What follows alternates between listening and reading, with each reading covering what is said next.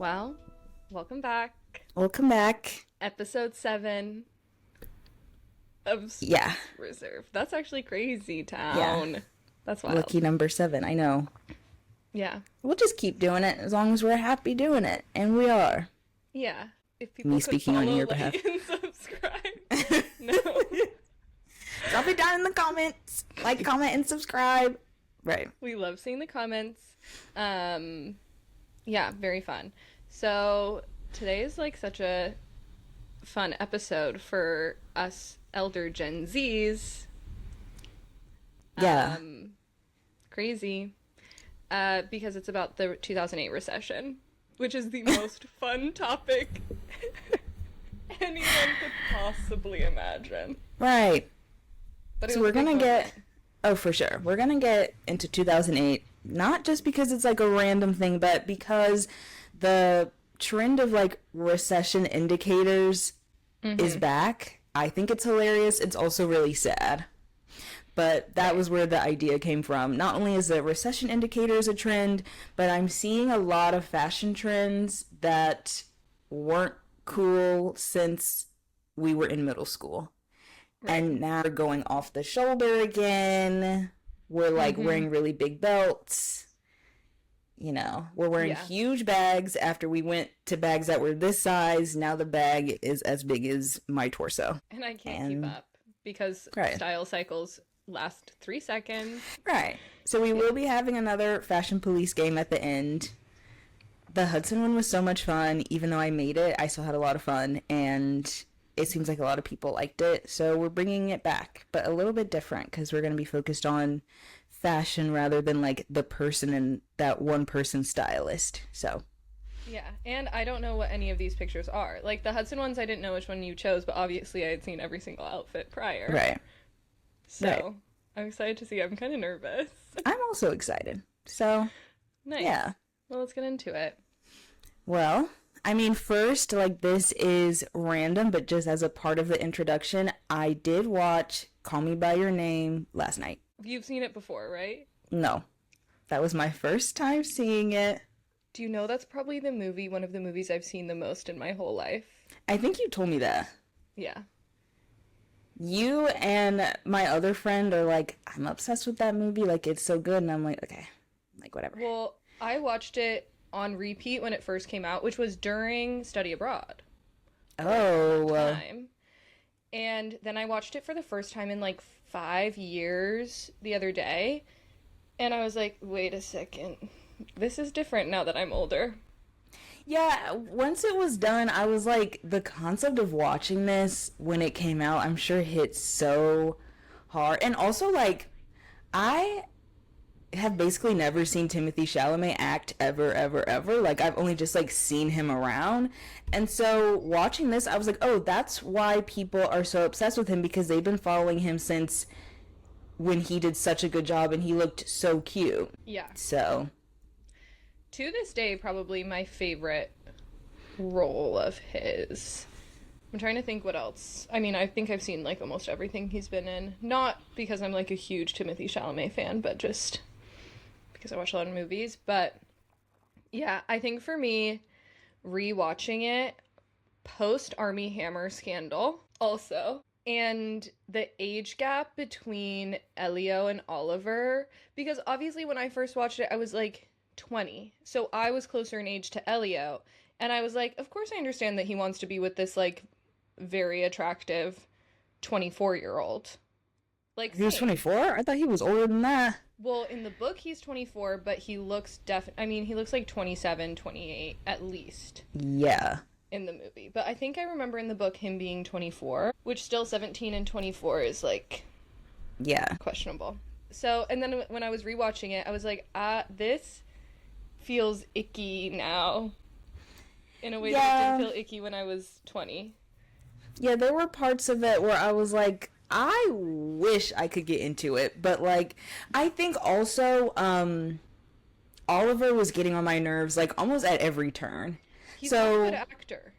I'm screaming. I thought, in my opinion, in the beginning scenes when he first came, and the way that he was interacting with them was like a sort of awkward that felt realistic to me. Yeah. But his personality was annoying because I just don't like those avoidant type boyfriend. Not like he's his boyfriend, but like lovers or whatever. Like, we live in the same house and you're like ignoring me, and you're not telling me why. Let's. Yeah, he was getting on my nerves, and whatever. I know that he has his own battles and demons and all of that, but like that was so annoying to me. Yeah. I think that, yeah, his character was not as charming as the movie progressed. Like, at first you're like, oh, charming, and then you're like, well. For me, like, my favorite parts of the movie, the reason I watched it so many times was just because the vibes of, like, the shots, like, I feel like I can feel how that house feels and how the summer heat feels and, like, the cold water. Like, I just feel like the atmosphere is so tangible to me, and I just want to be there. And then also I love the dad and his little speech, and that's kind of it. Yeah. I loved his connection to his parents. Yeah. And I loved the way that it looked as well. Yeah. The thing that I'm thinking about, I don't know if we should cut this, but let me say, when I knew that the peach scene was happening, because that was like such a big moment in culture, so I knew that was coming at some point in time. Yeah. Not to sound like a freak, but he should have let Armie Hammer like eat the peach. Why was he so mad about him? I know he was like shame. He was filled with shame, and it was also like compounded with the fact that like Armie Hammer's about to leave him, but you should have let him eat it. You should have let him eat it. Why not? He wanted to eat it. Whatever. So that's what I have to say. No, maybe I think if they had been of similar ages, then I would have been like, freak for freak. Like, you fuck the peach, he eats the peach. But again, it's the underage thing where I'm like, yeah.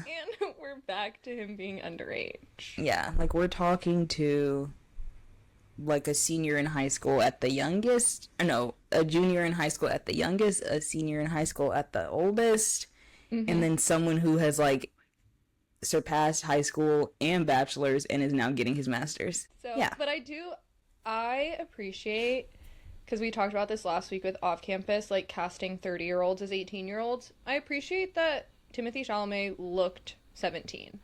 I think he was like 20. He's our age, so I think he was like 19, 20 when they filmed it. But yeah. Yeah. I'm glad they weren't like, here's two 30-year-olds, one of them is 17. No. If you're gonna be a fucking freak and have that age gap, then like, yeah. Yeah. Yeah, so, well, then I take everything back. I was frustrated by that, though, but I forgot about their age gap. Yeah. So, anyway... I'm so glad you watched it. That's so crazy. I know. It was because I was just on HBO and it said it was leaving soon, and it's literally leaving in like 5 days off of HBO. And so I was like, damn, I guess I have to watch it. And so I did. Yeah. The music is beautiful. I listen to that soundtrack all the time. It's very beautiful. I do know the Fetal Devices song only because of like a Heated Rivalry fanfic, and I was like, oh, this song is making me cry really hard. Whenever they edit any Heated Rivalry to any of the Call Me By Your Name songs, that hits my heart. Yeah. So, yeah. Wow. Also, the last thing I have to say about it is at the very end when Oliver called and was like, I'm getting married. I did know that was happening because a long time ago I did look up the entire plot of the film. And so that like stuck in my head. And I just want to say, I wish that he would have been like, we're done, we're over, like, this is the last time that I'm calling you, blah, blah, blah. But instead he said, I miss you too. I remember everything. And then he goes, Oliver, Oliver, Oliver. He got on my nerves from start to finish. Literally, whatever. So. And you know what's so, oh my god, well, we can cut this. But what's so crazy is I remember so clearly the press for that movie and, like, him and Timothée Chalamet having such a close relationship. Like, they hung out all the time. It was, like, crazy. They were always with each other. Armie Hammer's wife at the time, obviously no longer, would like post pictures of the three of them together. They would be like, Timothy's like our little, like, he's like our son, like we love him so much. They were all so close. It was crazy. And now to think of where we are now with all that. Yeah. Yeah. Well, didn't know that. Mm-hmm. Well, so yeah. So I did watch that, and it was good. And that's all I really have. Hell yeah. Oh. We should watch more, like, queer cinema and review it. Yeah. Yeah. Unless it's, like, something that is just gonna make me extremely upset, which I don't know how I would know that unless I just heard around town, but I'll do it. We can always cut. I'm watching something right now that's making me extremely upset, but I cannot stop, and it's not. I know what it is. I know what the fuck it is. Because I saw your Instagram story and I was like, oh, she is about to go through turmoil right now. Are you watching it? Hell no, because I'm not crazy. Not to say that you're crazy, even though I just said it. But hell fucking no, because I sat there and I watched Baby Reindeer and I said, this is going to be the last time that I watch this shit. And so and that's like, I'm mad at, it sounds like I'm mad at the guy. I'm not mad at him, but. I couldn't even finish Baby Reindeer. It made me so stressed I could not finish it. There was a point where I had to take a break and I said, I don't know if I'm going to come back. I ended up coming back and finishing it, whatever. When this came out, I said, I'm not going to watch it. I'm just going to like read people recapping. Because I don't even want to see clips on YouTube. I'm just going to read articles recapping the episode. I'm not mad at him. I'm not mad at him. This shit is fucking crazy. Who gives him the green light over and over? I mean, fine. Because it talks about, like, you know, toxic masculinity and stuff. Well, it's all, like, really, prescient and, like, interesting. And actually, I'm watching it with my partner, and it's, like, it hits way harder for him because he's like, this is, masculinity is a prison, and, like, this is what we live in. And I'm like, that sucks, dude. Like, I don't know what to say. But, yeah, it is so anxiety-inducing. It's so good. The performances are so good. But it literally makes my heart rate is crazy when I'm watching it. I don't know what's gonna happen next. The people in it are so horrible. Like, all of them, almost. But then you switch and you, like, start to have empathy for one, and then they do something absolutely, like, psychotic. And you're like, what? I thought we were on the same page. And Richard Gadd, like, his mind is... I have questions. I also have questions. What is wrong with you, respectfully? Because I think you're an amazing artist, but I think your demons are so present. And then I watch interviews with him and he seems so lovely. Yep. That's why I'm not mad at him. Like, I just want to keep saying, like, I'm not mad at him. Like, I don't think that he's strange, but these things that he conjures up are so intense. So, yeah. I'm almost caught up. I'm on episode 4. Hour-long episodes, by the way, which is crazy. But hell no. And so I have episode 5, and then I think there's only 6 episodes. And it's I don't know if Anyway. Yeah. I don't know if we said, but it is called Half Man. I don't know if we said. Yeah, it's called Half Man. Yeah, because I knew what you were saying, so I didn't say. But yeah. The show Half Man on HBO. Yeah. Again, incredible performances. Like, I watched a scene yesterday where I was like, that's the Emmy. Like, if that doesn't get the... By the way, if that goes against Off Campus for the Emmy... Let's talk about how they meaning Prime put Off Campus up for, like, several Emmy Awards. I saw that, and then the tweet replying to it was like, this is why we should have kept the Teen Choice Awards, because this would have been perfect for the Teen Choice Awards. What are you doing in the Emmy nomination system? And I don't even, like, think that the performances were bad. Like, I wouldn't say they were good for the material. Yeah. But I wasn't watching it going, holy shit, these are, like, you know, like, I don't know. You didn't have the material to work with to have a fantastic performance. That doesn't mean that these actors will never be nominated for Emmys. It just means that these specific roles I would not say are in the Emmy categories. No, Like, I mean, this there. is like what you said last week about how there are moments where it feels like a Disney Channel show. Yeah. Disney Channel shows don't necessarily need to be nominated for Emmys. No, High School Musical, the musical, the series that I watched probably during COVID didn't need to be nominated for an Emmy, but I had a great time watching it. Right. Yeah. That's the last Disney Channel show I watched, I think. I don't even know. I think mine Surely. probably like Wizards of Waverly Place. I didn't even finish that. No. And back yeah. to 2008. Back to 2008. Right. Before we get canceled by the off-campus community. Back to 2008.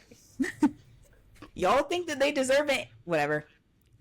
So, drop it down in the comments if y'all think that they deserve an Emmy. Right. Right. Shout out to all of them. Right, back to 2008. Back to 2008. Let's talk about it. Let's talk about it. So, What do you have? well, I have many things. In America, in the United States of America, we are entering a recession or we're in a recession. So the last time that it was like big and bad was like 2008. So first I wanted to say, like, what do you remember from 2008? Well, for me, at the beginning, I was in the 5th grade. By the end, Yeah. I was in the 6th grade. Yeah, I think that must have been same for me, Yeah. obviously. What I remember about 2008 is, well, my dad lost his job, basically. So there was that. Right. Yeah, and I just like remember not really understanding what that meant. I'm trying to think what else I remember like culturally from 2008. I think I just was like so wrapped up in my life as a 11-year-old, 10, 11-year-old, Yes. like loving Hannah Montana, loving like musical theater, like I was into Wicked in a big way already at that time, and like wanting, I remember Wicked came to Los Angeles and I wanted to go see it. It was like at the Pantages Theater and it was Idina Menzel and Kristen Chenoweth, like original cast. And I remember being like, Mom, I have to go. Like everyone's going, I have to go see Wicked. And she was like, we literally cannot afford for us to go see Wicked. And I remember being like so upset, like just getting really upset about all the things that like I could no longer do or couldn't do, even though it wasn't like that dramatic. Obviously for other people it was worse. It was like I couldn't go see Wicked, but it still felt like not fun to not be able to participate in those things. But yeah, I'm trying to, like, what about you? What do you remember? I remember many things. I mean, when I think about 2008, the first thing I think about is like the election of President Obama for his first term. Also that, sorry. No apologies here. It's okay. That was big.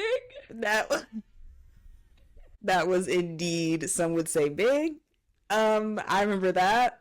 I remember Avatar: The Last Airbender, the final season, that I had to check, like fact check it. That was 2008 as well. I remember I had some like Girl Scout dinner or like some sort of like dinner, and I knew that the airing of the finale was that night, and so I was like telling my mom, like, we can only be here until this amount of time. Once it hits 6 o'clock, we have to go home because it airs at 7 p.m. And I was sat in front of my TV on time because I had to watch and see if Aang was gonna defeat the Fire Lord Ozai. And I won't tell you what the spoiler is. Right, it was really good. If you haven't seen it, literally like Go 20 years old, yes.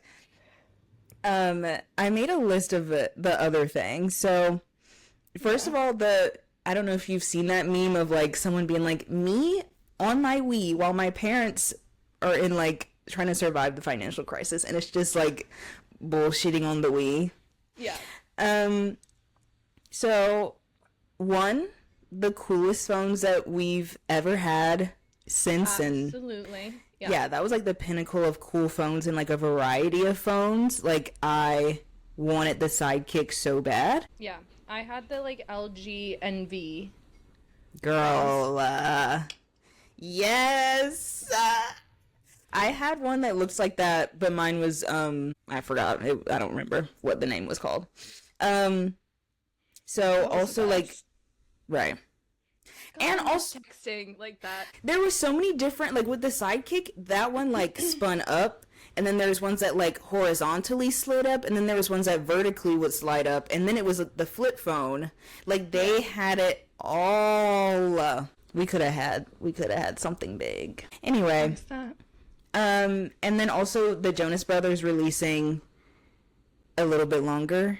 That's when they released a little bit That longer. was in 2008. Yes, I remember that because because they had a collaboration at Justice, and I begged and begged and begged my parents to pay for like a $60 satchel messenger bag so I could have it for the first day of sixth grade. I remember exactly what that bag looks like. Yep. That's crazy. Yep. Oh my god, the Jonas Brothers were everything. Yeah. I also just saw that Mamma Mia came out in 2008, and that was once again big for me. Yeah, I think kid. I don't even know if I finished. I watched Mamma Mia for the first time like 2 years ago, and I don't even think I finished it. But I did hear it's like very good and impactful for women everywhere. Me. Anyway. Right. That and the Jonas Brothers. Right, that and the Jonas Brothers. Also, the Jonas Brothers, the album came out the year before. When You Look Me in the Eyes. They were working hard. They sure were. They were. God, those music videos, like the way that I would watch the SOS music video changed my life. Let's talk about when Nick grew his hair out longer than he had ever grown it out. Mm-hmm. And I was like, what is next to come? And then the premiere of Burnin' Up comes out where he got his fresh haircut. The best music video of all time, by the way. The best music video of all time. Not only that, I was accosted by Selena Gomez. No, I was such a hater. But she was also in that music video. I forgot she was in that. It was iconic. Also, did you ever play the Dream Life games? I had hugely restricted access to everything was hugely restricted. Well, I was not allowed to game or have anything. Well, for anyone out there that played Dream Life, it was just a plug and play game. You plugged it into your computer, and it had like a remote where you could like make your dream life, and you were like in high school, I think. And at the end, I think it was like prom, and you could like flirt with people to become your prom date and like decorate your room, and like it was everything. And then Designer's World came out, and that was like from the same company, but you're a fashion designer and you travel the world and create different designs and get rated on it. And then Dream Life Superstar came out, which was Dream Life, but you were a celebrity. Whoa. Those games, I will literally buy those games right now. Like, anyway. Sounds really fun. Yeah. So those were like 2006 to 2008-ish. Also, do you like My Scene dolls? Do you know about the My Scene universe? Know about My Scene, yeah. Yeah. So that was also happening in that period in time. I have my Georgia got me a My Scene doll for my birthday a couple years ago, so I have it literally over there. Yeah. Did I have any? I forget. I was like, let me look. There was so many, like they kept changing them around because at one point there was a Barbie, and then I think they did away with her. I think I was allowed to have, once again, restrictions. I was allowed to have My Scene dolls. I wasn't allowed to have Bratz dolls. I was allowed to have Barbie. Right. That's the kind of household. Yeah, I feel like I was allowed to have Polly Pockets until it came out that there was lead in the paint on them. Oh shit, I didn't know that. Or something. Yeah, I had Polly Pockets. I don't think I had Barbies. There wasn't a lot of Barbies that looked like me, but then I feel like My Scene and Bratz both came out with like a lighter skinned, racially ambiguous girl, and I was like, yes! Yeah. So, that. Yeah. And then also like 16, I think we talked about this, the Canadian show. Y'all know I'm Canada Down. 16 was so good. I think it stopped airing in like 2007, but the reruns on Cartoon Network went crazy. I sung the hell out that theme song. And then also, of course, like the election of President Obama, the writer's strike, which impacted a lot of shows like Gossip Girl, the financial crisis, obviously. So The financial there's a lot crisis. of really iconic, and also like the Nintendo DS that Yeah. I just Which bought I another wasn't allowed one. to have. By the way, my mother's listening. I hope she feels bad. Hey, Hey. hey. Also, I'm realizing that this is right in the middle of the Harry Potter movies coming out and the year after the last Harry Potter book came out. And those were big for me. Yeah, So, I like, mean, this yeah. is.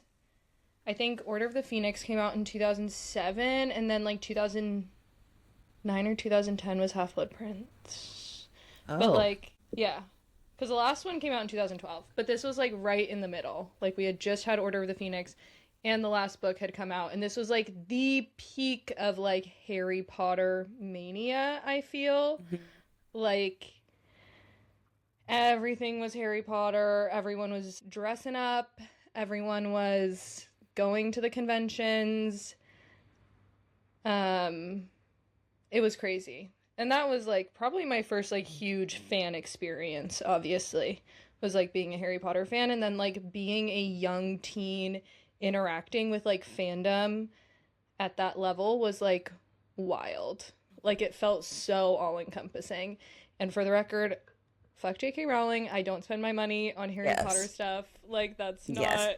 not yeah. I will not be I watching the show because that's fucking weird. Yeah, But I was never a Harry head. All my friends were, and so I think I was forced to watch. I think I've seen all of them once because of my friends were like, we're gonna sit down and we're going to watch this.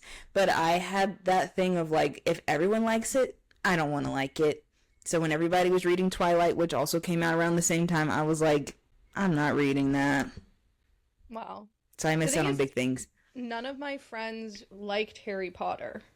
Oh, So I was like, I got made fun of, obviously, as like not being cool because I was so into Harry Potter. we live literally the complete opposite, like reverse Yeah. experiences.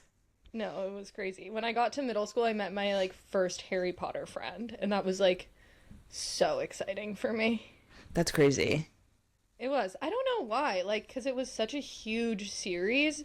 Just the people that I surrounded myself with as a 10-year-old were not into it. I would literally sit on the fucking playground and read Harry Potter. So I did it myself. Well, Any bullying I encountered was of my own making. well, shout I'd be out like, to the fandom of the shout out to the experience and the craze of Harry Potter. shout out to that. And this is like another conversation for another time, but I do get the sense that like HBO and like Warner Brothers want this new show to spark a similar craze, right? They're like, we need to get back. And it's like, that's never gonna happen No. because the people who were part of this back then were really cool and really loving and really empathetic and Yeah, like building community, and that no longer is the vibe of this franchise. and we can And, pretend, but it's not gonna work because right, nobody's stupid and everybody remembers. So, right. And like, it's just not gonna, like, that was like a moment in time where things were crazy, and it's just not, yeah. But I yeah, also made a video about this on TikTok where I was like, I can't believe people are like, maybe we shouldn't watch the show. And so many people were like, I can do what I want. Okay. then do it. I'm just saying if you do it, then I don't believe that you really support trans people. Right. So, So just right. if you care, whatever. I can't get into it. Like, I literally, like, it, it will be fine. Like, you don't have to consume Harry Potter content. And actually, I'm not the police, so if you want to pirate the movies and read the books that you already have, that is Yeah, absolutely fine. yeah, Like, that is an experience, and, like, if the stories mean that much to you, then interact with them in a way that does not give her any more fucking money. yeah. It's possible. No one's trying to take that from you. Anyway, if anyone wants to contribute to me getting my Deathly Hallows tattoo removed, once again, always welcome. Right. Drop it down in the comments. Right. Well, Anyway, yeah. yeah. So 2008. Right. So 2008.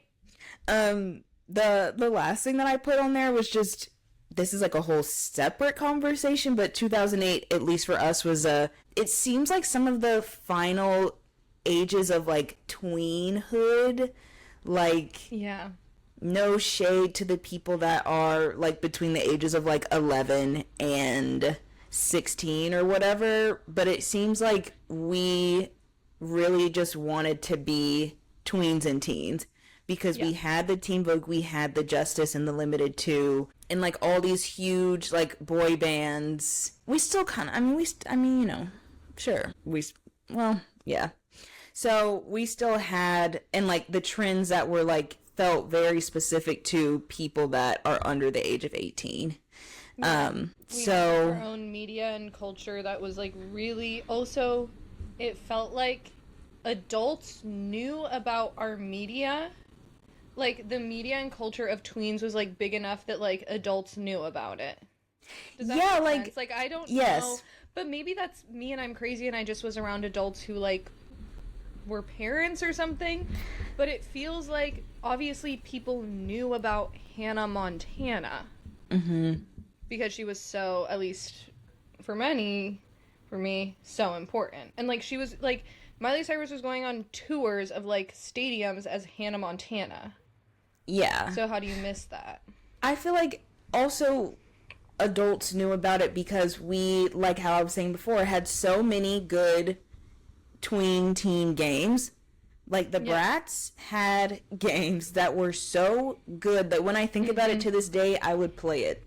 If I had a PS2 still, I would be playing this game. And more recently, they came out with a game and it was not good. And it was like, so you must have been tapped in a different way to what being a girl was that you just don't, or maybe you just don't give a fuck anymore. I don't know.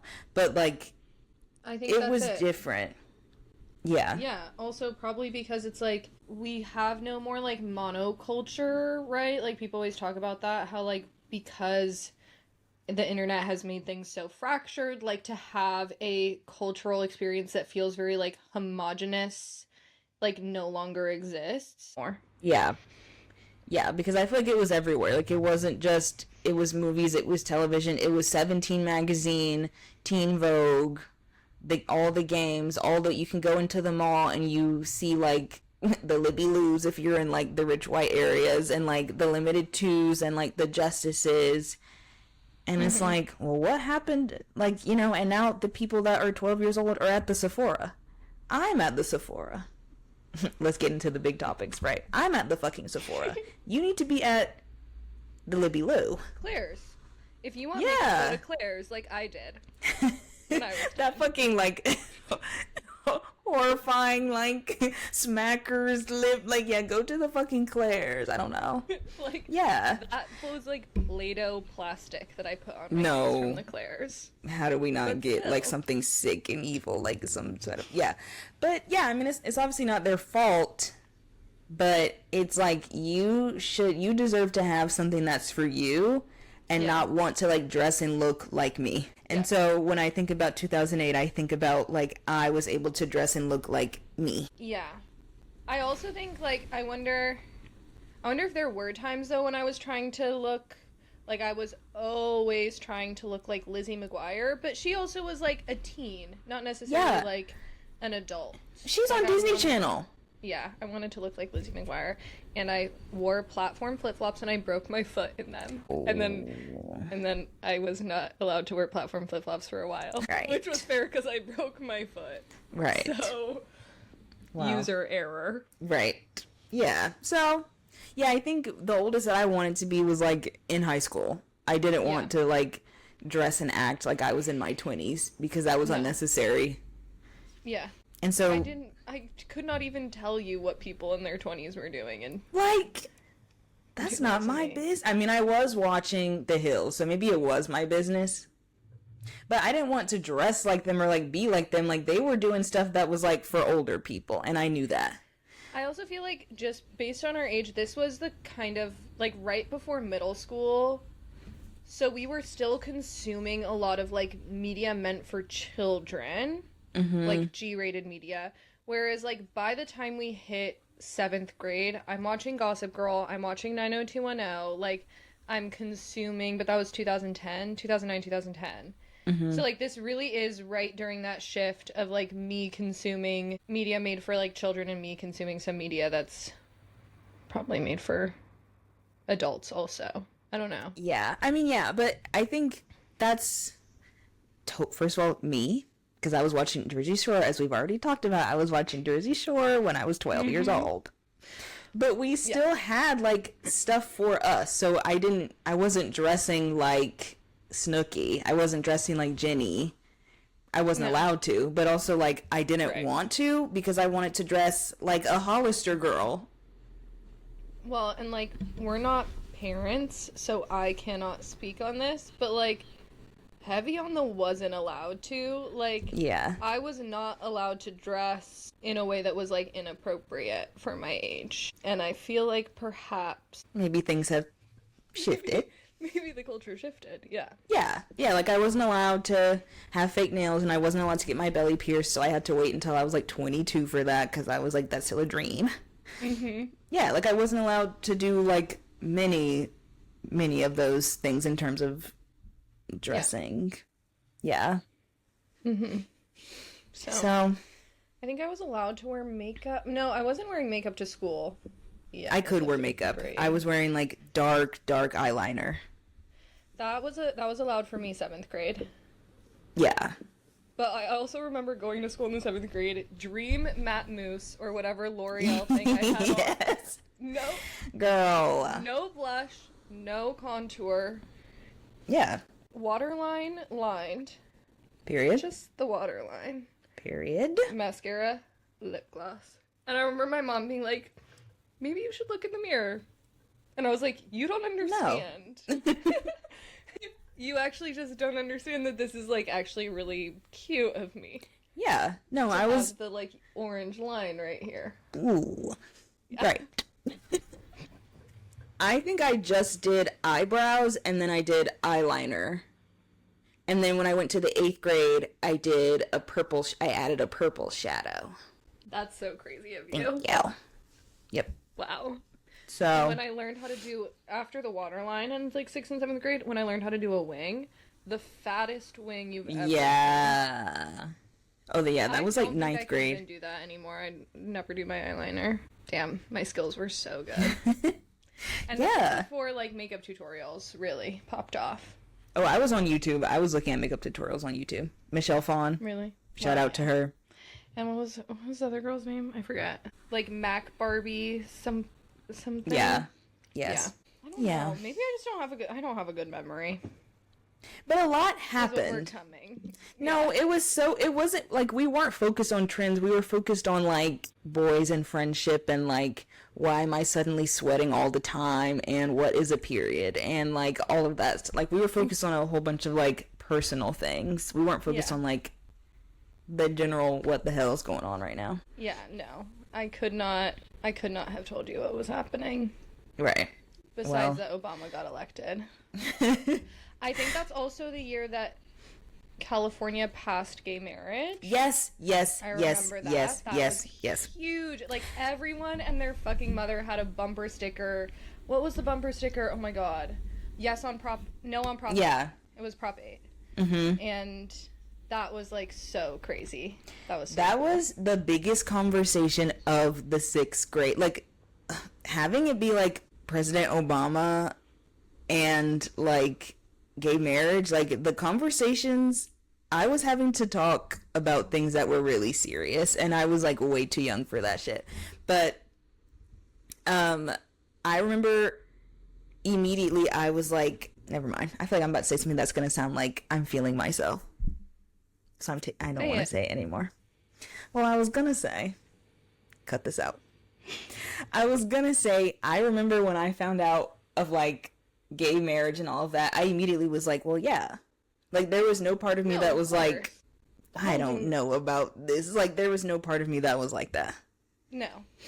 But I think that just goes to show that it's like, well, yeah. Because children were like, why is this a big deal? Yeah. So what are we doing? I think I remember like my dad's friends, like a bunch of my parents' friends and like got married right after that, right? And like that was so exciting. that they could. And I also remember the 2008 election pretty vividly. Like, I remember going to my neighbor's house. Now I'm saying it because I feel like I skipped that part of history. I remember going to our neighbor's house. Right. And, like, watching them call the states. I remember the John McCain debates. I remember watching those. Oh, he freaked me out because when I found out that, like, he couldn't lift his arm, I was like, wait, what? Yes! Wait, why was that also the thing that freaked me out about him? Yes! It, like, passed here. Yeah, because they threw him... Didn't they throw him out the plane? Or, like, it was like... He was like something. A POW or something. Yeah. I think they threw him out the plane. It was something crazy. Oh, my God. And I remember also the feel... Like, obviously, in hindsight, things could have been so much worse. But, like, the feeling of thinking, oh my God, we could have a John McCain presidency. Like, I was so scared of that. He was, like, kind of evil to me. Also because I had never, like, known anything other than George W. Bush. Yeah. And I just remember, like, my parents hated him so much. I then was like, I hate him. When John Kerry lost in 2004, I was just about to say. Really, really hard for me. I'm screaming really hard for you. You're like 7 years old. We did an election at school. I remember we did yes! like a fake election. And I was like, why are people in my class voting for George W. Bush? We all know that John Kerry is the only option. I remember John Kerry like a fever dream or something. Like, I was in, like, the second grade or whatever, and we had an election in our class, and for some reason, my brain knew to vote for him, even though I didn't know what Democrat, Republican, like, I didn't know what that meant. So I guess my parents were just talking about him or something, and I was one of the only people in my class that voted for him. Yeah. Insane. Yeah. And I do remember 2008, I was asleep, and my mom started screaming. And she bust into my room, she woke me up, she, like, shook me awake, and she was like, he won! And she was like, say it! And so then I had to say he won, and I was like, I guess this is a good thing for America, I don't know. We did it! Right, we did it. That was crazy. My dad, like, went on a bus to Arizona to canvass in Arizona. Because they were like, we need the Californians in Arizona. I was like, I think... I'm screaming. But wasn't John McCain from Arizona? So I was like, that feels like maybe he'll win. Well, I mean, he didn't. So here we go. Yeah, no, that was so crazy. Also because Malia was exactly our age. Oh, like, really? Malia Obama. I think she's exactly our age, maybe a year younger. I think I always thought they were, like, older. No, I think... And I just remember being like, because I think Malia was exactly my age and Sasha was my sister's age. And I was like, that's so crazy. Yeah. Like, those, like, she's my age. What the heck? I remember, like, when they... So a year Okay. younger. Malia or Sasha? Malia. And then I think Sasha's like 2000, 2001. 4th of July, Cancer. July 4th, 98. Ooh, shout First out. of all, crazy birthday Shout for out. the president's daughter. You know George Bush is a Cancer. That makes sense, I guess, because everything he did was out of pure emotion, it felt. Yeah. So.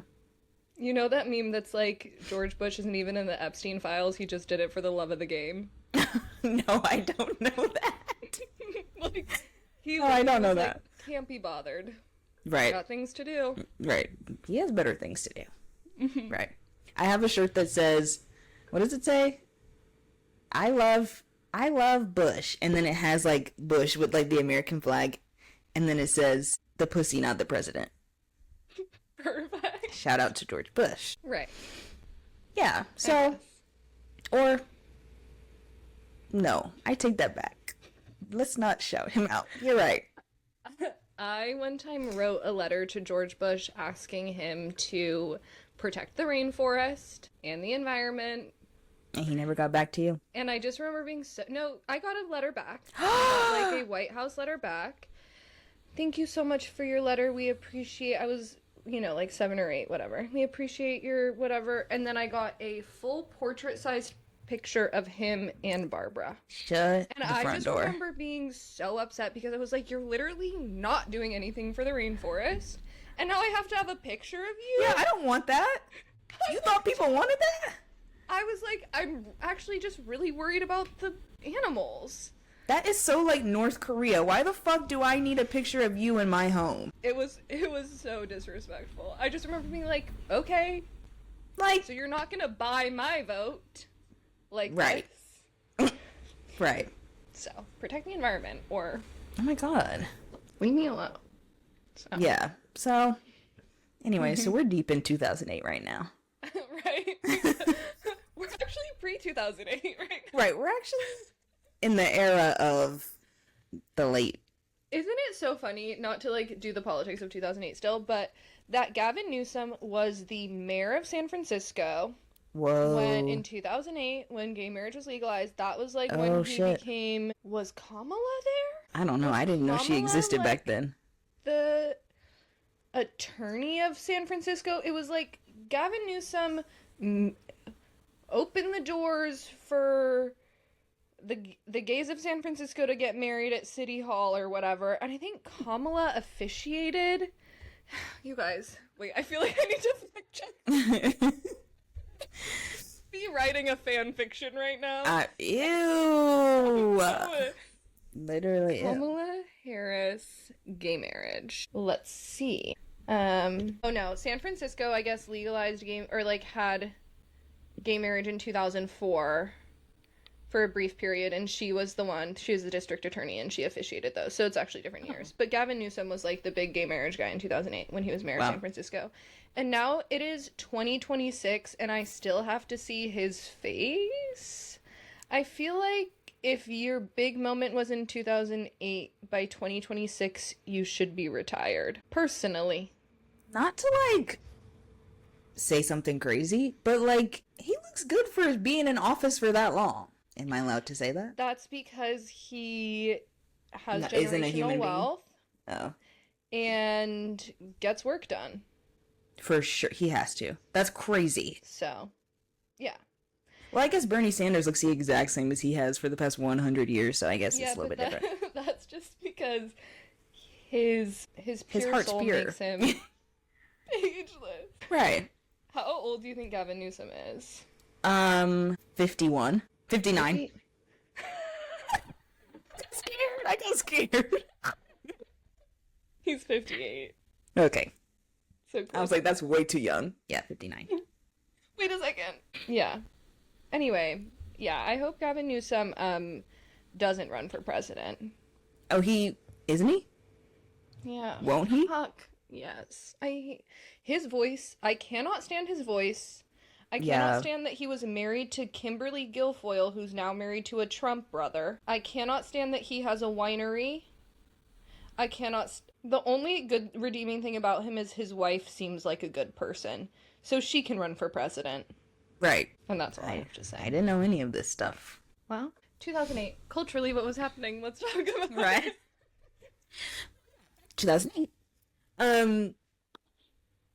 And I guess that's all I had to say about, those are all things I can remember. I remember when we found out that Obama was elected for his first term, and I had such guilt about it because all the white people at my school were so upset, and I had to carpool with these people that my mom worked with. All of the moms worked at this school, and then their kids went to the middle school. Mm-hmm. And I was in the car in complete silence, and they were just talking about how scared that they were, that like they thought that the people that voted for Obama, so like the black people, were gonna like start rioting, which is like, wouldn't you think it would be the other way around? Like they were like so upset about it, and like worried and scared. Like the mom that was driving us started like cursing because she couldn't get a hold of her son that was in high school. She thought that like, I guess he was getting jumped or something. Wouldn't he be the one that's like jumping other people? Anyway, I remember that day was like, that's crazy. Really anxiety inducing. 2008 was pretty crazy. Yeah. But Yeah. like, I know I should have done this before. I got too into looking at recession indicator research, but like what movies were like big in 2008? Like what was at the Oscars? Oh, I don't know about the Oscars, but I knew that Minutemen on Disney Channel came out, and that was my movie. So serious. You know what won the Academy Award for Best Picture that year? Slumdog Millionaire. Hell no. You don't I like heard that movie? I never seen it because I heard it's just like really sad over and over and over really again. Sad. But I love that movie. I don't know if it's like problematic to like it. I thought like Danny Boyle, I love him. The Dark Knight also came out in 2008. Oh shit. Heath Ledger. Kung Fu Panda. Lives Were Changed. Yep. I think WALL-E also came out in 2008. WALL-E. Yeah. Iron Man. So we're seeing the beginning of the Marvel Cinematic Universe. Uh-oh. And we've not seen the end yet. God willing, there'll be an end. Right. Madagascar Escape to Africa. I'm screaming. I don't think I saw that one. You didn't? I think I just saw the first one. That was a good one. That's actually crazy. Quantum of Solace. Yeah, The Dark Knight was huge. Mamma Mia, Slumdog Millionaire. Milk? The movie with Sean no. Penn. Yeah. Crazy. Why'd they put Sean Penn in there? Isn't he? Yeah. Isn't he? Yeah. When, at the awards ceremony this year when Nikki Glaser was, like, being the host and she said he looked like an expensive leather handbag, I screamed. I fucking screamed, and he does. Like, there's a picture of him with the other cast of the movie that he One Battle After Another, and somebody tweeted and said, did they put a dynamite under his bed? Because his hair looked so he looked so like cartoon character, like explosion. Like, anyway, shout out to Sean Penn. So, well, you want to talk about vampirism as a recession indicator. Yeah, so I wanted to talk about, so there is a reel that I saw right after Sinners came out last year on the Sam Sanders show about how Sinners is a recession indicator because around the same time that there's a recession in America, in the United States, I keep saying America, I have to say the United States, because obviously America is like many things, but there is a vampire movie every single time. So the Great Depression, which was 1929 to 1933, Dracula came out 1931. Then 1937 to 1938, Dracula's Daughter came out a year before that. And then post-World War II, we had Son of Dracula, House of Frankenstein, which is not a vampire movie, and then Son of Dracula, House of Frankenstein, and House of Dracula all came out right after World War II. Obviously 2008 was Twilight, and then 2025 was Sinners. And then I wanted to add that, like, some people say that, like, COVID was a recession, and the Interview with a Vampire, too many vampire stuff. Interview with a Vampire came out in 2022, so it was probably filmed around, or like right before 2020. And then the new season of Interview with a Vampire, which is The Vampire Lestat, that comes out in like 2 weeks. So it seems like there is a connection between the recession and vampires. I wonder why that is. Like, is it because we, like, crave something, like, the idea of eternal is nice to us? Is it because it's, like, we're literally getting the life sucked out of us by the economy, and so it feels, like, relatable? I don't know. I mean, they said, they were, like, making a joke in the reel about how, like, the eternalism part, but also because, like, we can't afford food and, like, human blood, like, you know, always is, like, the same price or whatever. I mean, so. And also, like, vampires, like you said, like, they're not being able to afford food. Like, vampires are usually really thin. That's true. And we know from history, I think, also, that, like, obviously in times of, like, depression, thinness becomes, like, a thing, and, like, but it's also, it's a thing that, like, wealthy people aspire to, and poor people are, like, relegated to, you know, like, have to experience. I don't know, like, I'm thinking about that a lot with, like, the new epidemic of, like, thinness in this world, in this country. Yeah. So I wonder if that's connected, like, that body type becomes really popular. I saw a video of I forgot her last name, Hannah Einbinder. Yeah. Einbinder. She was like, there's a direct correlation between like the rise of thinness and fascism, and someone did a video responding to that and being like, there technically is not a direct correlation, but it is like a good observation that those things come together, because I guess technically like some people, like some political scientists are denying that America is in like a fascist state right now, so you can't really call a direct correlation between that just yet and stuff like that. I mean, yeah, like you also have like body fascism and stuff, but it makes sense that when things get more conservative and traditional, the policing of women's bodies becomes even bigger. And like I've heard people talk about how like thinness and keeping women weak is really desirable in these moments, right? Like the weaker sex becomes really like a popular idea. Yeah. And they were also saying in the video, like all that stuff they were saying, and also in a way you can have more control over your own body if you were like really restrict your eating. So there's also that, which is unfortunate, but yeah.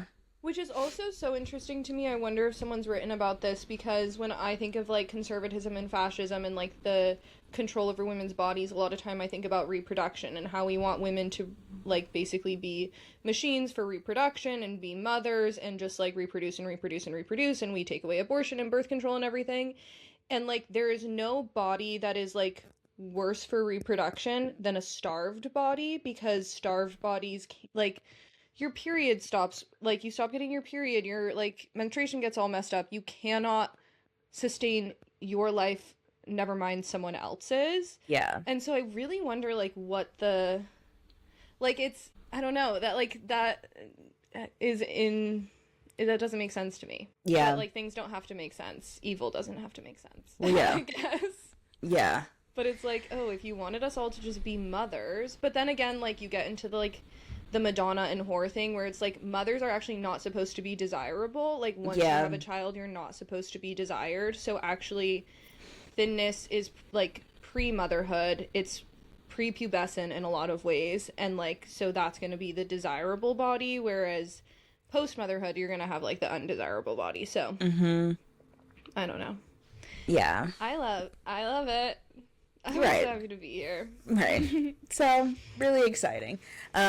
There was another thing that I didn't know where to put this before we get into our game, but I did find it interesting. I'm sure there are people that have covered this that I just didn't find, but in like the 2008, 2009, like 2008 to like 2012-ish, like the electronic kind of music came out. Like Usher was making like, you know, electronic songs when that was obviously not his thing. And like the Britney Spears song, like Dancing Till the World Ends, like all of that, it felt like all of the songs were just based around like dancing and going to the club, and that is really it. Like I don't remember, I'm sure there were like the other songs were still popular and stuff, but I just remember as a child it was so much just like going to the club, dancing, getting drunk. And I wonder if that is also related to like things that are happening in the recession, and if we will have a resurgence of that sort of vibe in music. Well, I think what happens during a recession is obviously people stop spending money on big things because you can't save, you can't like, you don't have the funds to like be going on big trips or whatever. And so what they do is they spend money on smaller things like going out. Like that's going to be cheaper and you can do it paycheck to paycheck. Whereas like saving for a house or going on a trip, like you need to have more money to do that. I do wonder if we'll see that. Like people are gonna, that's like the lipstick indicator too, right? People spend money on smaller luxuries rather than like bigger luxuries during a recession. Interesting. Yeah, I wonder. And I wonder if like we're already seeing that now. I think so. I don't know. Yeah, I feel like I guess now that I think about it, I can see more of like the Pop Mart blind box things. I think this is a really weird recession though, because of like how much inequality we have. Yeah. Like to me it feels very different because we didn't actually like fix anything after 2008 and now it's just worse. And also because we have all these things that are like good for the economy, as in like good for GDP, like war is really, really good for the economy. So that's awesome. Yeah, I mean, that's well, first of all, it technically hasn't been 20 years since 2008, so I mean, we could be seeing more of that as the next like year and a half goes.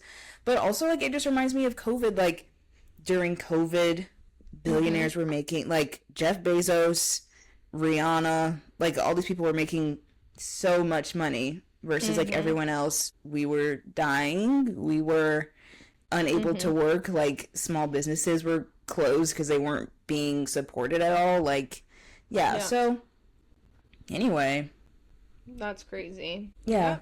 So it's just gonna get, hey, don't worry, it's just gonna get worse from here. Right. All I can look forward to, if it looks, you know, as bad or worse since 2008, is like, you know, get some good club songs. Maybe you can just hit the club. And speaking of the club, I read this somewhere, I forget where it was. I think it was just an article in Business Insider or Vogue or something, about business casual being like recession wear because you basically only need one outfit. And so if we think of like 2008 going to the club, we always make fun of the millennials for going to the club in like business casual. But like, at least here, I mean, girls are wearing blazers, like the oversized blazer, crop top, whatever. And I do feel like it's just another business casual vibe. And I find that really interesting because it's like, yeah, you don't need to like buy as many clothes, spend as much money on clothes if you're wearing similar pieces both to work and to the club.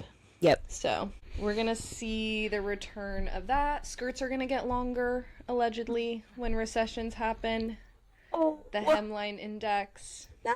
Yeah. So I'm still gonna wear short skirts. I don't give a damn or a fuck. No. I'm rebelling. So yeah. But I'm like I'm wearing a long skirt right now because these are like coming back, like these fucking satin skirts. Well, yeah, like majority of my skirts are long. However, well, there's only through, there is no out, right? So anyway. Yeah.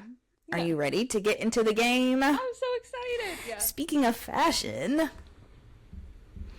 Okay.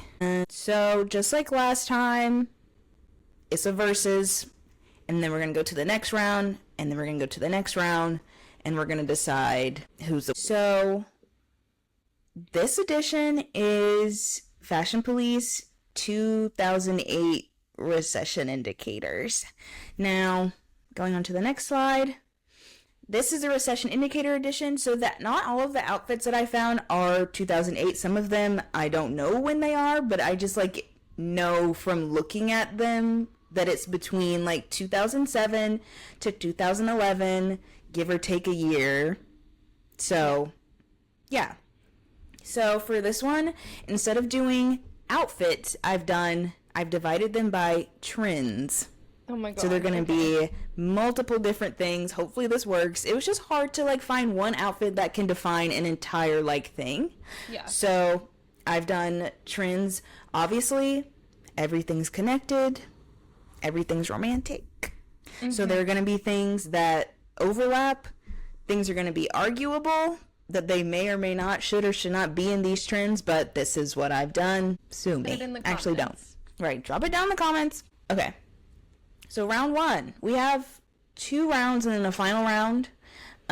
So let's get into her. So, well, on the left, it is a lot.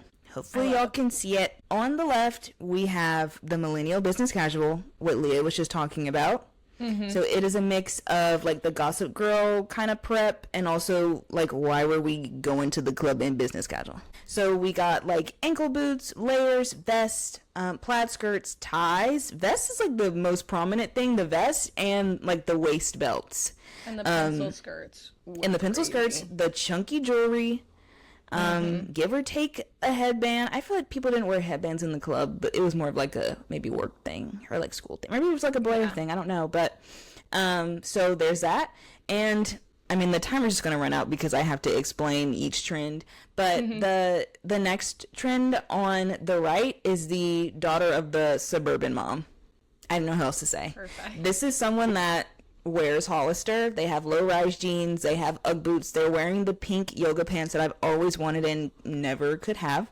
Yeah, and of course, they always have like a layered tank top. It's never a tank top with just a tank top. No. It has to be minimum 2 tank tops. So, yeah, I feel like I think that the business casual is iconic. However, I think that the suburban core was what I lived through. And so I honestly don't know which to choose. I never lived through suburban core, really. Okay. I mean, people had the pink jeans, I guess, and the Hollister. I did really want Ugg boots. Once again, I wasn't allowed to have them because my mom said we live in Southern California. Why do you need Ugg boots? Right. Which was fair. So I saw these. I didn't necessarily partake but I recognize its iconic position in this era. Yeah. Business casual for me was truly everything. I feel like it tells a funnier story. I wanted those chunky necklaces. I would go to Forever 21 and buy vests. I was in pencil skirts. I'm screaming. So, yeah. Yeah. I mean, yeah. I obviously love them both, but I think that the one on the left is hilarious because why were y'all at the club in business casual? Right, because I was actually just in the 7th grade in business casual. So, So we're going to do the millennial business casual. Next. So on the left, we have the Jersey Shore core, the Northeast party core. And then on the right, obviously, we have the indie sleaze. Like, what are we even doing right now? Like, you know what I mean? This is so, what I want to be. Yeah. So on the left, we have, like, in my opinion, like, the Mick Bling was very, like, early 2000s. This is, like, late stage Mick Bling with, like, the Ed Hardy blinged out jeans, the hoop earrings. We're seeing, like, the beginning stages, in my opinion, of the intensity of the animal print that I think came more, like, 2010, 2011. Yeah. Ed Hardy, V-necks. Neons were really the good. Neons, yes. Yeah. And then on the right side, we obviously have the indie sleeves. So we have things like Skins was very inspirational. Miley was also holding it down. Lily Allen, Alexa Chung, these women were holding it down. Makeup tutorials, I tried to find one. And why are all the ones recently awful? Because y'all don't understand that the makeup was from 2 days ago. So you can't just put a smoky eye on. It has to look a complete mess. Yeah. No shade.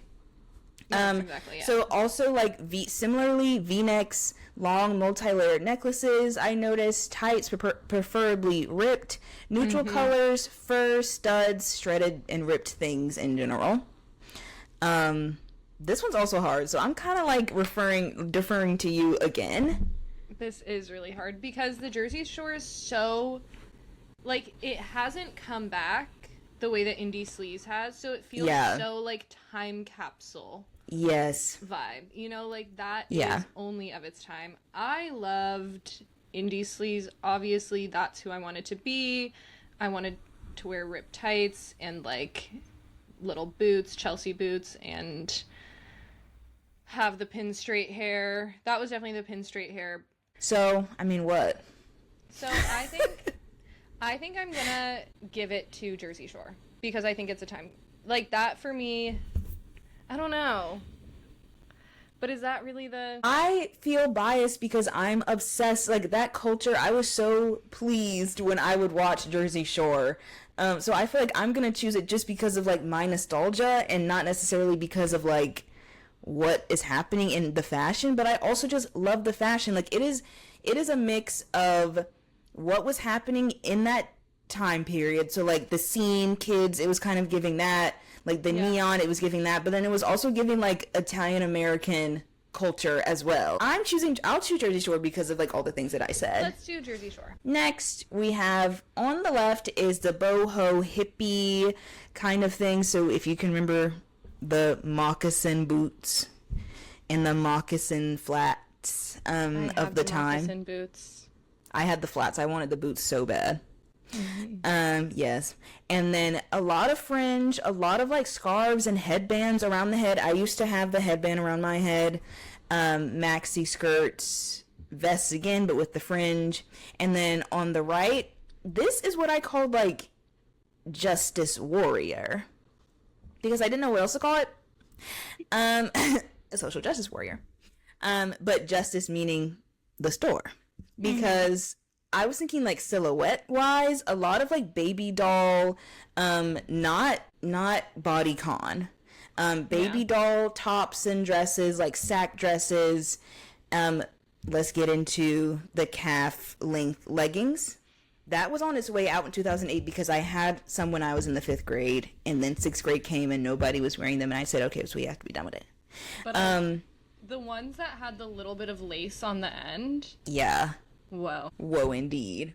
So yeah, more like a justice warrior, someone who definitely went to Libby Lou when they were younger.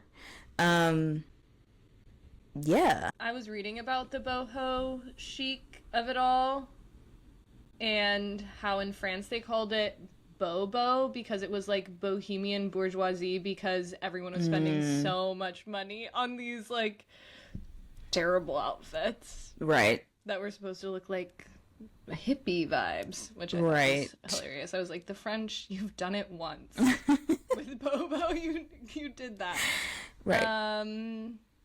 But I love the Justice Warrior so much. I think that I'm leaning towards the left, only because I remember having the headband around my head, and like I started a trend in my class because I had it around my head and nobody else was doing it like me. I also had the moccasins. And I had the like feathers in my hair. Like, which was Kesha? so... Right. I'm fine giving it to boho, because I think we tried to have a boho resurgence in the last couple years, and it just didn't hit the same No. as this. Because Okay. this was so... This was so. Next, and the last one for this round, these are so similar that I kept confusing myself. But on the left, we have the Scene Kids. And on the right, we have the 2010 swag / RAR. Yes. Is what I named it. Now, there's so much overlap that it's insane. But for the Scene Kid, the studded belt, even though the RAR kids also had the studded belt. But the Scene Kids for me was like emo, but colorful. That's how I kind of defined it. Like the person on the right with like the Superman thing, that's not Scene. But I feel like the other things could technically be defined as Scene if they changed their hair up. Like Rihanna's hair in the right. Yeah. That's a Scene haircut, I feel. So anyway, so arguable, but I was definitely a Scene kid.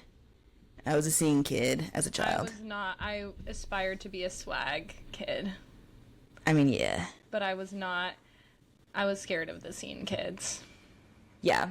I wanted, like, snake bite piercings really bad, which I think are coming back, and, like, the eyebrow piercing is coming back, which feels very, like, emo or Scene, even though I know emo and Scene are not the same. But I feel like the 2010... said that. Right, sorry, I had to say. But I feel like the 2010s was more, like, IP. Like, it was very, like, Superman, Spider-Man, Cookie Monster. And like these shirts with, like, the giant letters, like... American Apparel, which was the store that I aspired to shop at. Right. All the time. When I think about Scene, I think about, like, alt music and, like, Paramore and, like, the Ready Set and, like, all of them. And then when I think about the 2010 swag, I think about, like, New Boys and, like the Cat Daddy song and, like, all of that type of stuff. LMFAO. Oh! You know that LMFAO is mother to me. They are to this day, why the fuck am I listening to LMFAO? I didn't know this about you. Do I need to start listening to LMFAO more? Probably not. I mean, probably not. I just listened to their one album that came out in like 2011.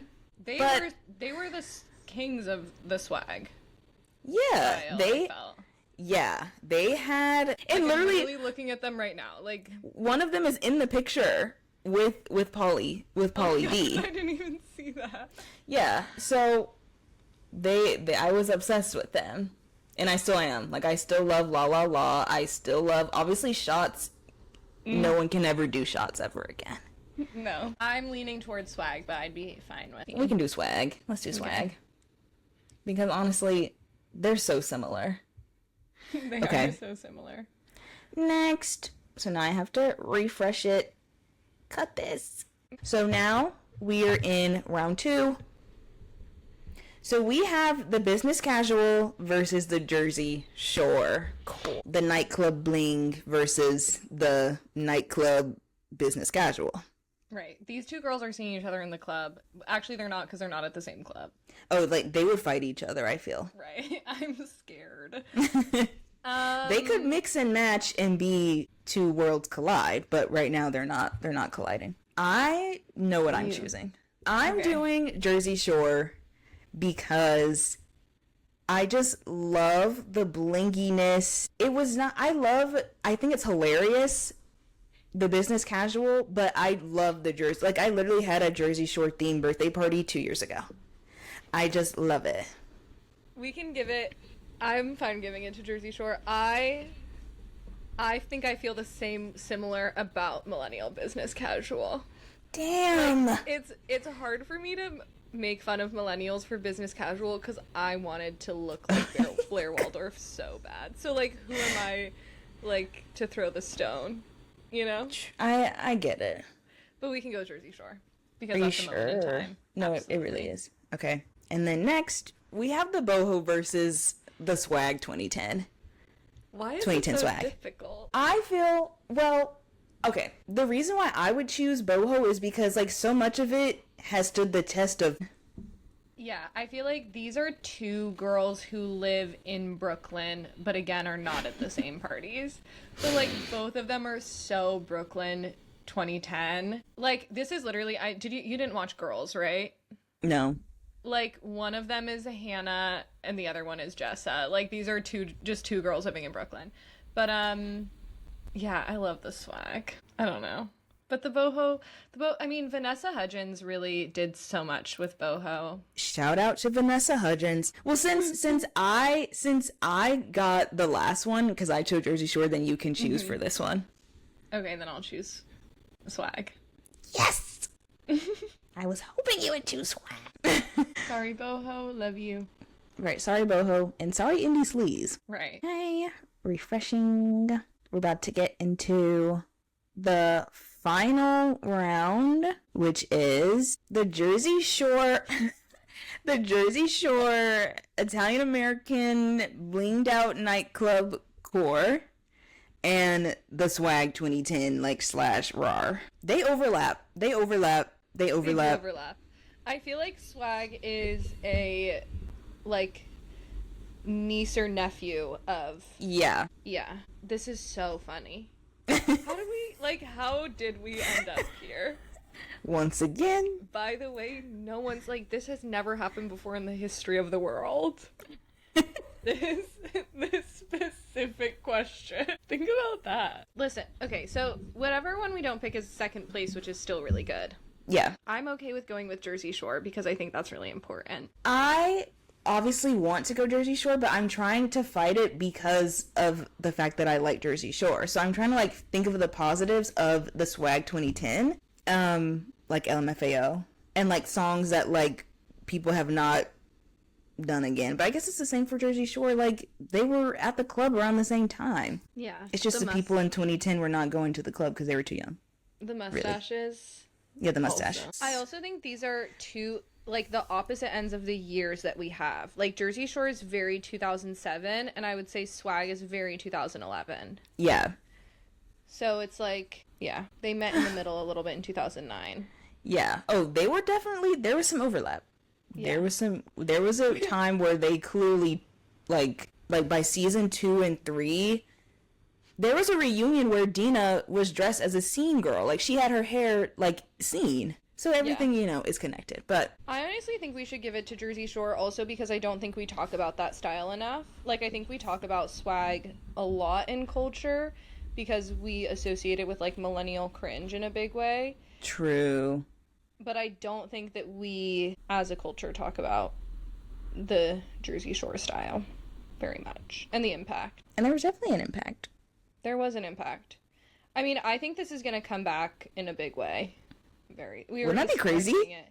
I think we're already seeing it. Like, I'm like the jeans with like the really fat seams. Oh yeah. And like low waist boot cut. That I like my 20-year-old cousin would wear that little dress. Wow. No. And like the long French tips, that is so back now. Yeah. Like the square shaped long French tips. Yeah. It's also interesting because I think that it'll come back in a way that's bigger than it was before. Like during this time, there were groups of people, like I feel like the Hollister people were not dressed like this. Like this was like the Italian Americans, the Black people, the Latino people, like they were dressed like this. And I feel like now it's becoming like a huge thing. Like Ed Hardy coming back. What? Why? Yeah. Yeah. So I think we should give it to Jersey Shore as a sign of respect. Thank you, Jersey Shore. Mm-hmm. Honorable mention swag. Yeah, of course. Obviously, LMFAO, I ride for them. How is that harder than the Hudson one? Because there was so much to take in. Hudson was like, this is his outfit, do you like it? But this was like, this reminds me of Skins, and it reminds me of Miley Cyrus, and it reminds me of like, this and that. Like, Hudson's outfits weren't reminding us of like our childhood. Right. So. Right. So. Well, that was so fun. Thanks. Thanks for playing once again. Do you want to get into a moment in culture since we have a little bit of time left? Sure. My moment in culture is the show Pretty Wild, the movie The Bling Ring, and the phone call where she said, I can't do this. Yeah, you thought I was in 4-inch Louboutins. I was wearing Mary Jane's. My little brown baby shoes. Yeah. That. What was hi? It was like, hi something something. This is Alexis Nyers calling. I'm calling. And her mom's like, you lied. Shut up. Yeah. Her mom's wearing a pink Juicy Couture tracksuit. By the way, I just remember her arms crossed like this. Anyway, that whole era, like when the Bling Ring came out, I was obviously, it was like 2013. Yeah. I was in my Sofia Coppola indie sleaze kind of vibe. I loved Emma Watson, and I just remember being like, this is culture. There's a song in that movie, Crown on the Ground by Sleigh Bells, that to this day, like when I hear it, I awake. It's like screaming. Dun, dun, dun, dun, dun, dun, dun, dun. Oh yeah.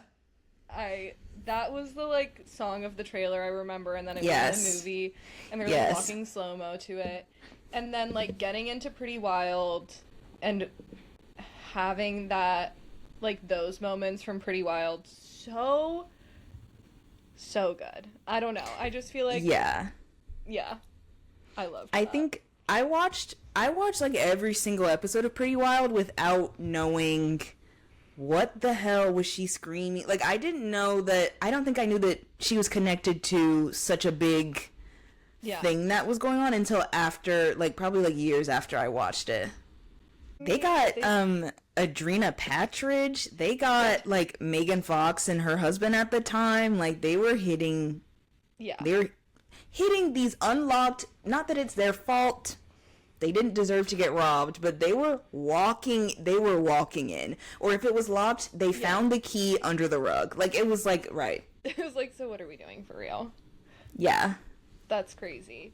But I just feel like, we were so obsessed with celebrity at the time, and it's like right when social media is becoming a thing, so they still felt like Paris Hilton and Audrina Partridge still felt kind of like removed from us in a way I think celebrities don't feel anymore. And then to like know that these teenagers like crossed that barrier was wild. And then for Sofia Coppola of Marie Antoinette Tumblr girl fame to make a Tumblr perfect movie Yeah. about it all Yeah. was like so it for me. So yeah, that's Yeah. my moment in culture. Now for our manifestations. I will say today I did read 10 pages of a book because I said I have to, or else I literally have to because I tried to manifest it. Yeah. So I did do that. That did come true for me. I journaled almost every day. I Period. didn't quite get every day. But then I didn't Yeah. let that get me down. Right. So, yeah. Okay. Do you know your manifestation? I think I kind of have one. Okay. Again, maybe it's a personal one. For me, I'm manifesting because I had an experience this week where I like had a very lovely conversation with a stranger and I forgot that I love doing that, and I kind of am manifesting that for myself and also the people around me. And like just I don't know. I think like connecting with people who you don't know, like in a random place at a random time, is like such a crazy and like wonderful thing. And not to like be that person, but we're like online connecting with people online, and like we seem to be so okay with that. But I think a lot of people, maybe it's like a post-COVID thing, kind of have this like wall up where they're like, I don't want to like talk to a stranger. And I actually think sometimes it's like good to see how that's gonna go. Yeah. Have a good life. And I was like, oh, that's beautiful. So Yeah, I want more is. of that. Yeah. Yeah. I think similarly, my manifestation is basically I pulled cards and I was like, how can I like meet people? Like how? Like how can I meet people? Because I feel like it seems really hard, but maybe it's not. And basically the cards are just saying like, I just have to be confident about it. You can meet anybody you want to meet if you're not afraid of like them being like, leave me alone, or like, you know, they could say anything, but you shouldn't be afraid before you even like open your mouth. So I guess similarly, I'm manifesting starting from now and going through the summer and for the rest of my life to just be a little bit more confident and less scared of like someone and me having like an awkward or unpleasant interaction, because that might happen even if I don't open my mouth at all. Absolutely. So I'm like saying no before someone else says no to me, and that's not good. Oh my God, our manifestations are so aligned. Yeah. That's so nice. Yeah, I feel like it's not just like confidence, but it's really just like fearlessness. I don't know, like courage. Yeah. Courage, yeah. Like, yeah. And you are courageous, so. I think. You know, as Ilya said, you're so brave. Right. Wasn't that so cute? Damn. Everything about him, except for many things, I love. You know? I do. Also, I have gotten back to reading The Nutcracker. I will finish it. Or by God, I don't even know. I'm gonna finish it. And I think I also like had the urge to reread The Long Game. So like, I'm like, if Heated Rivalry doesn't come across my screen, I'm gonna make it come across my screen. Like, I don't know. Literally. So. I got kind of like fanfic fatigue, and then I like read like a normal book, and then I was like, I guess I should reread Heated Rivalry. It's gotten to that point. That's how bad it is, right? So, anyway, yeah. Well, this has been a fun episode. And so, everyone, thank you for listening. Yes. So thank fun. you for listening. If you played along the game, then let us know your favorite trend. Yeah, tell us how. If you were even alive, and if you weren't alive, then this is a historical piece of information for you. That's so crazy and beautiful. Yeah. Anyway, I guess we'll see you next Tuesday. Yep. Yep. Bye. Bye.